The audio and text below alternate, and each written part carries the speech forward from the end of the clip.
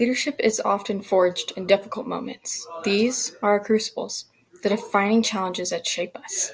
Hello, my name is Allison Pierce, and this is how one petition sparked a conversation on our campus. This moment, this crucible, came at the University of Colorado Springs in February of 2024. This tragic event left students feeling unsafe and uncertain about their future on campus. The shooting was not just a news headline. It was something that deeply impacted the student body.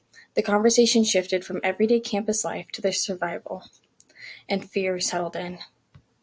The campus was known for having broken doors and limited security cameras and slow emergency communications. The slow response from campus police and vague emails from administration only made things worse. Some reports took hours to be addressed, and some students felt ignored. It became clear that safety wasn't just a concern, it was a crisis. I saw students struggling with the same questions that I was. How do we make our voices heard? How do we push for real change? We were all very frustrated, but no one really knew what to do next. Some students vented on social media, others just accepted it as another example of institutions failing their students. That's when I realized a petition could be the tool we needed. It was something tangible, something that could show the administration just how many students cared about security. But more than that, it was a way to build momentum. If one student saw others speaking up, they might feel empowered to do the same. So I launched Bring Security to UCCS.org, or on change.org, laying out the key issues, calling for stronger safety measures, better communication, and real action. I knew that for the petition to be effective, it had to be direct and focused. So I kept the message very clear. Students deserve to feel safe. I made sure that the petition wasn't just about listing problems, but about demanding solutions.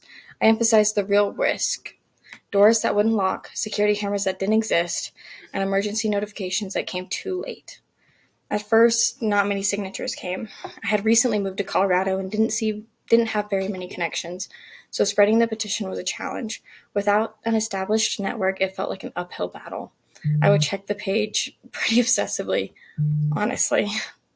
After a little bit, momentum grew. More students signed, and conversations about security started happening beyond just a petition. It came up in casual conversations, in student group meetings, even in class discussions.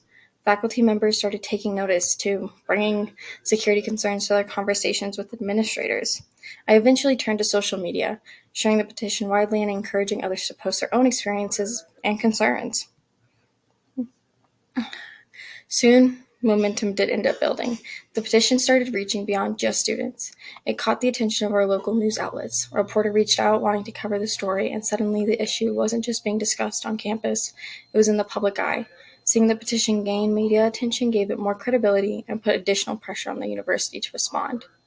I'm not going to lie, doubts flooded my mind constantly. Was this petition really enough to create change? Would the administration take us seriously, or would they dismiss it like other student complaints?